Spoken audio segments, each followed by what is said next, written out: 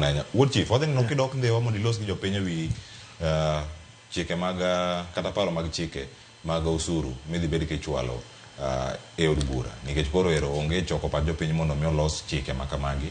To koro en un mondo mi ulos igo ombulu ka chieng' obochopo ma reflect gima jo ndhiwa dwaro. No amendment mora nyaka time public participation. Nikech one representative, but kaki winjo se wache kane. Parliament is captured. I hope ni now ginyalo chiew maging'e ni gi represent people. The other one nadhi mabedo gi jondhiwa piny. Ma nyisogi ni mae kaka en. In fact, kinyalo wuoyo gi jopiny, ginyalo miyi weche moko makata inokine. That is the essence of public participation. Onge ng'ama nigi monopoly mar wisdom. Hakuna. So, wabiro subjected to that. I hope ni gibiro kele gima Karoli owacho. Nikech ki line in the way ma idwa ginene carbon dioxide tax, Kenya produce very little to the global, very little. One morning we be compensated globally. Gijok ma produce these gases. Koro kiwacho ni wan bende nyaka watim nikech wa pollute. To marjoka is overwhelming. Katitim na you are killing your people with taxation and there is no effect. Ana paro ni ukewa tima a lot of research.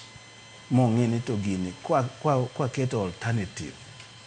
What will be the effect on people? Could they affect manufacturing? Nikech ngeni jo ohala gi tok. Gino gikao gigi. Gin kimiyo gini gine to gikele on consumers. Tiene no biro dhir jo piny ka.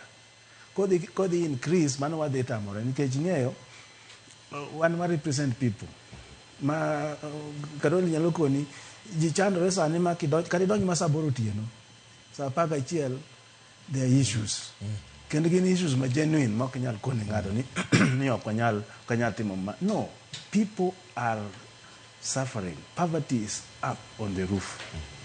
Kuro ko affect wananchi kata ko affect employment mwadwaro ni nyithindo ma youth Gen Z odonji to wabiro kono kewa no ma to dhi nyawa kama lose kama. But I explain ni kaka amendment itimo. Ibiro kele, ibiro introduced, table, itere ne committees. Those committees nyaka tim public participation. Magi winjo jopiny wacha no. Koko duogi irwa kendo for a further discussion.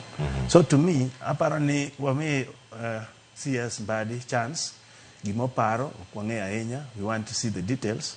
Koro kose donjo we will talk about it. But no more taxation on Kenyans. That will not work. Aye. Nyokoro mjuang paro